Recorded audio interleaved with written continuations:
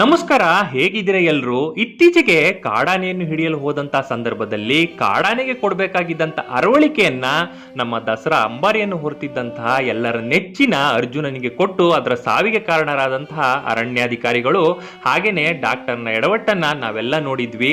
ಆದ್ರೆ ಅದನ್ನ ಮರೆಯೋದಕ್ಕಿಂತ ಮುಂಚೆನೆ ಈ ಕೇರಳದ ಅರಣ್ಯಾಧಿಕಾರಿಗಳ ಅವೈಜ್ಞಾನಿಕ ಕ್ರಮದಿಂದ ಇಲ್ಲಿ ತಣ್ಣೀರು ಅನ್ನೋ ಆನೆ ಸಾವನ್ನಪ್ಪಿದೆ. ಇತ್ತೀಚೆಗೆ ನಾವು ನೋಡ್ತಾನೆ ಬರ್ತಾ ಇದೀವಿ, ಅರಣ್ಯಾಧಿಕಾರಿಗಳ ಬೇಜವಾಬ್ದಾರಿತನ ಅಂತ ಅನ್ಬೇಕೋ ಅಥವಾ ಆನೆಗಳನ್ನ ಹಿಡಿಯೋದ್ರ ಬಗ್ಗೆ ಇವ್ರಿಗಿರುವ ಜ್ಞಾನ ಕಮ್ಮಿ ಅಂತ ಹೇಳ್ಬೇಕೋ ಗೊತ್ತಿಲ್ಲ. ಆದ್ರೆ ಇವ್ರುಗಳು ಮಾಡ್ತಾ ಇರುವ ಎಡವಟ್ಟಿಂದ ಈ ಮೂಕ ಪ್ರಾಣಿಗಳು ತಮ್ಮ ಜೀವ ಕಳ್ಕೊಂತ ಇರೋದು ಎಷ್ಟು ಸರಿ ಅಂತ ಜನಗಳ ಪ್ರಶ್ನೆ. ಇಲ್ಲೇನಾಗಿದೆ ಅಂದ್ರೆ, ಹಾಸನದ ಬೇಲೂರಿನಲ್ಲಿ ಕ್ಯಾಪ್ಟನ್ ಅಭಿಮನ್ಯು ಸಹಾಯದಿಂದ ಈ ತಣ್ಣೀರು ಅನ್ನೋ 35 ವರ್ಷದ ಗಂಡಾನೆಯನ್ನ ಸೆರೆ ಹಿಡಿದಿರ್ತಾರೆ. ಈ ಸೆರೆ ಹಿಡಿದಂತ ಆನೆಯನ್ನ ಬಂಡೀಪುರ ಹುಲಿ ಸಂರಕ್ಷಿತ ಅರಣ್ಯಕ್ಕೆ ರೇಡಿಯೋ ಕಾಲರ್ ಅಳವಡಿಸಿ ಬಿಡಲಾಗಿರುತ್ತೆ. ಆದ್ರೆ ಈ ಆನೆ ಇಲ್ಲೇ ಇದ್ದಿದ್ರೆ ಇವತ್ತು ಈ ಪರಿಸ್ಥಿತಿ ಬರ್ತಿರ್ಲಿಲ್ವೇನೋ.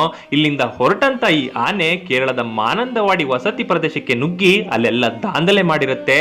ಹೀಗಾಗಿ ಆನೆಯನ್ನ ಕೇರಳ ಅರಣ್ಯ ಇಲಾಖೆ ಸೆರೆ ಹಿಡಿದಿರ್ತಾರೆ.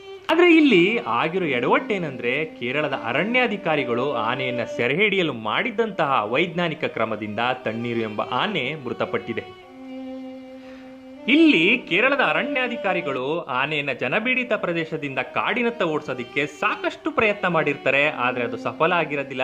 ಯಾವಾಗ ಆನೆಯ ದಾಂಧಲೆ ಬಾಳೆಯ ತೋಟದಲ್ಲಿ ಹೆಚ್ಚಾಯಿತೋ ಅರಣ್ಯಾಧಿಕಾರಿಗಳು ಅದನ್ನ ಸೆರೆ ಹಿಡಿದು ಇದು ಕರ್ನಾಟಕದ ಆನೆ ಅಂತ ಹೇಳಿ ಬಂಡೀಪುರದ ರಾಂಪುರ ಆನೆ ಶಿಬಿರಕ್ಕೆ ರವಾನೆ ಮಾಡಿರ್ತಾರೆ. ಆದ್ರೆ ಶಿಬಿರಕ್ಕೆ ಬಂದಂತ ಆನೆ ಹಠಾತ್ತನೆ ಸಾವನ್ನಪ್ಪಿರುತ್ತೆ.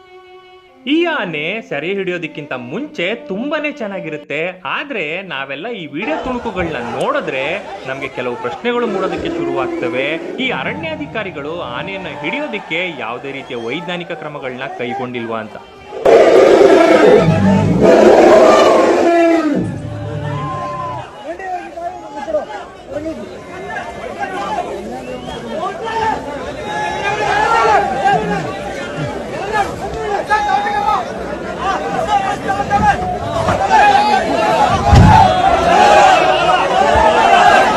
ಇಲ್ಲಿ ಆನೆಯನ್ನ ಲಾರಿಗೆ ಹತ್ತಿಸುವಾಗ ಕ್ರೇನ್ ಬಳಸಿ ಹತ್ತಿಸ್ಬೇಕಾಗಿರುತ್ತೆ. ಆದ್ರೆ ಇವರು ಸಾಕಾನೆಗಳಿಂದ ಅದನ್ನ ತಳ್ಳಿಸಿ ಹತ್ತಿಸುವಾಗ ಆ ಸಾಕಾನೆಗಳ ದಂತ ಕಣ್ಣೀರು ಆನೆಯ ಗುಪ್ತಾಂಗಕ್ಕೆ ರಭಸವಾಗಿ ಗುದ್ದಿದ್ರಿಂದ ಗುಪ್ತಾಂಗದಲ್ಲಿ ಗಾಯವಾಗಿ ಆನೆಯ ಸಾವಾಗಿದೆ ಅಂತ ಅಂದಾಜಿಸಲಾಗಿದೆ.